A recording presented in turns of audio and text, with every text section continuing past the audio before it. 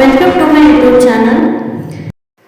ಇವತ್ತು ಕಂಪ್ಯೂಟರ್ನಲ್ಲಿ ಬರೋ ಪೇಂಟನ್ನ ಪೂರ್ತಿಯಾಗಿ ಕಲ್ತ್ಕೊಳ್ಳೋಣ. ವಿಂಡೋಸಲ್ಲಿ ಕ್ಲಿಕ್ ಮಾಡಿಬಿಟ್ಟು ಸರ್ಚ್ ಮಾಡಬೇಕು ಪೇಂಟ್ ಅಂತ, ಆವಾಗ ಪೇಂಟ್ ಓಪನ್ ಆಗುತ್ತೆ.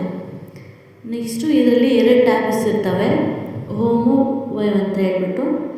ಇದರಲ್ಲಿ ನ್ಯೂ ಪೇಜ್ ಬೇಕಂದರೆ ಕಂಟ್ರೋಲ್ N ಹೊಡಿಬೇಕು.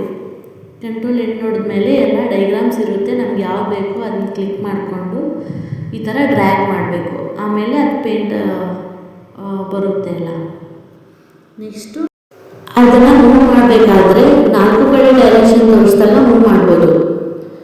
ನೆಕ್ಸ್ಟು ನಾನು ಇನ್ನೊಂದು ಸಿಂಬಲ್ ತೊಗೊಂಡ್ಬಿಟ್ಟು ಡ್ರ್ಯಾಗ್ ಮಾಡ್ಕೊತೀನಿ, ಏನೋ ಒಂದು ಪೇಂಟ್ ಮಾಡೋ ಥರ, ಜಸ್ಟ್ ನಿಮ್ಗೆ ತೋರಿಸೋದಕ್ಕೆ.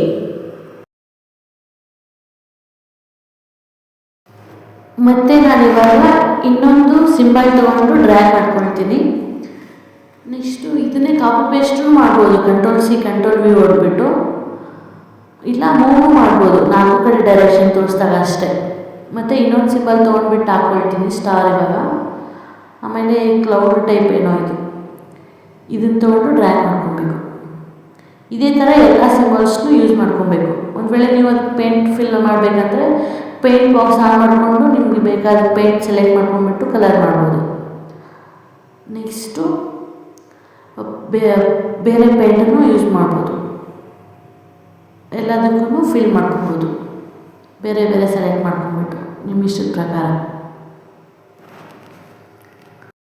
ಎಲ್ಲ ಆದಮೇಲೆ ಇರೈಸರ್, ಈ ಇರೈಸರ್ ಕ್ಲಿಕ್ ಮಾಡ್ಕೊಂಡ್ಬಿಟ್ಟು ನಾವೇನು ಬೇಕಾದ್ರೂ ಇರೈಸ್ ಮಾಡ್ಬೋದು. ವೈಟ್ ಕಲರ್ ಬರುತ್ತೆ, ಯಾವ್ದು ಬೇಡೋ ಅದ್ರ ಮೇಲೆ ಜಸ್ಟ್ ಡ್ರ್ಯಾಗ್ ಮಾಡಿಬಿಟ್ರೆ ಆಯಿತು, ಇರೈಸ್ ಆಗುತ್ತೆ. ಅದು ಯಾವ್ದು ಬೇಡ ಅದು.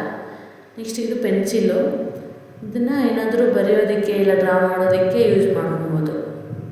ಈ ಥರ ಯೂಸ್ ಆಗುತ್ತೆ ಇದು. ನೆಕ್ಸ್ಟು A ಅನ್ನೋದು ಕ್ಲಿಕ್ ಮಾಡಿದ್ರೆ ಎಲ್ಲ ಫಾಂಟ್ ಬರುತ್ತೆ, ನಮ್ಗೆ ಯಾವ ಥರ ಫಾಂಟ್ ಬೇಕೋ ಅದನ್ನು ಟೈಪ್ ಮಾಡ್ಕೊಬೋದು. ಫಾರ್ ಎಕ್ಸಾಂಪಲ್ ನಾನು ಯೂಟ್ಯೂಬ್ ಚಾನಲ್ನ ಟೈಪ್ ಮಾಡ್ತಾಯಿದ್ದೀನಿ, ಸ್ವಾತಿ ಪಾಸಿಟಿವ್ ಜೋನ್ ಅಂತ ಹೇಳ್ಬಿಟ್ಟು. ನೆಕ್ಸ್ಟು ಇದನ್ನು ಸೆಲೆಕ್ಟ್ ಮಾಡಿಬಿಟ್ಟು ಇದಕ್ಕೆ ಬೋಲ್ಡನ್ನ ಮಾಡ್ಬೋದು.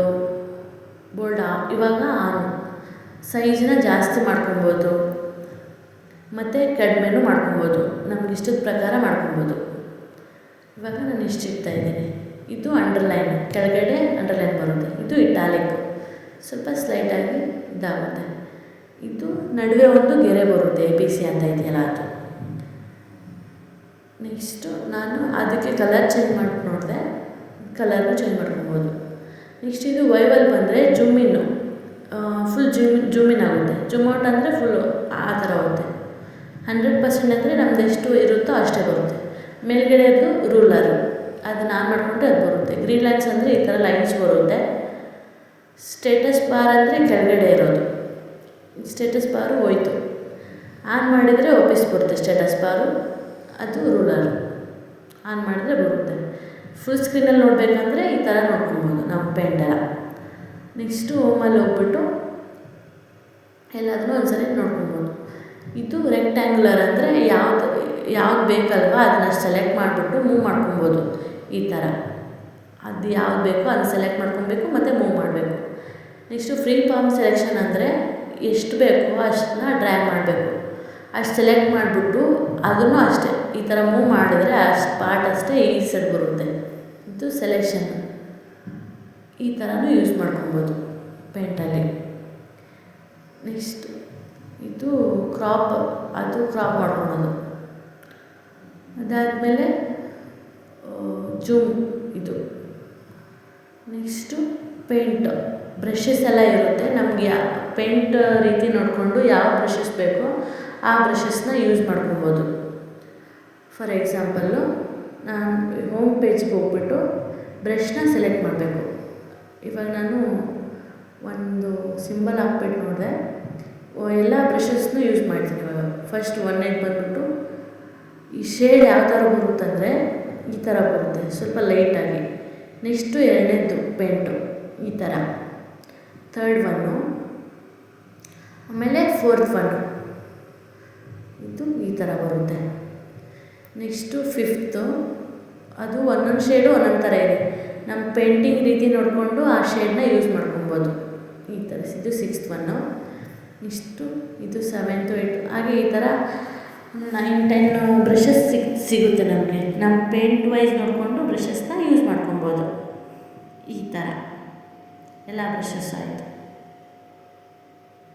ನೆಕ್ಸ್ಟು ನಿಮಗೆ ಬೇರೆ ಬೇರೆ ಕಲರ್ಸ್ ಏನಾದ್ರು ಬೇಕಂದರೆ ಇಲ್ಲಿ ಎಡಿಟ್ ಕಲರ್ಸ್ಗೆ ಹೋಗ್ಬಿಟ್ಟು ಇದು ಕಡಿಮೆ ಕೆಳಗಡೆ ಬಂದರೆ ಫುಲ್ಲು ಡಾರ್ಕ್ ಆಗಿಬಿಡುತ್ತೆ. ಹೋಗೇ ಕ್ಲಿಕ್ ಮಾಡಿಬಿಟ್ಟು ನಮಗೆ ಯಾವ ಬ್ರಷ್ ಬೇಕೋ ಆ ಥರ ಯೂಸ್ ಮಾಡ್ಕೊಬೋದು. ಈ ಥರ ಇದು ಈ ಥರ ಬರುತ್ತೆ. ನೆಕ್ಸ್ಟು ನಾನೊಂದು ಇದನ್ನು ಹಾಕ್ಬಿಟ್ಟು ನೋಡಿದೆ, ಅದು ಸೈಜಸ್ ಇದೆಯಲ್ಲ ಜಾಸ್ತಿ ಕಡಿಮೆ, ಇದು ಜಾಸ್ತಿ ಕಡಿಮೆ ಮಾಡಬೇಕಂದ್ರೆ ಲೈಟಾಗಿ ತೊಗೊಬೇಕು, ತಿನ್ನು ತಿಕ್ಕಾಗುತ್ತೆ ಇದು ಸೈಜೆಲ್ಲ. ನೆಕ್ಸ್ಟು ವೈಗೆ ಹೋಗ್ಬಿಟ್ಟು ಅದೆಲ್ಲ ಆಪ್ಷನ್ನು ಒಂದ್ಸರಿ ನೋಡ್ಕೊಬೇಕು.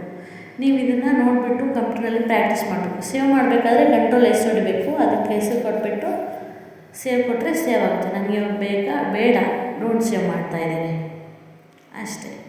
ಇಷ್ಟು computer. Thank you for watching.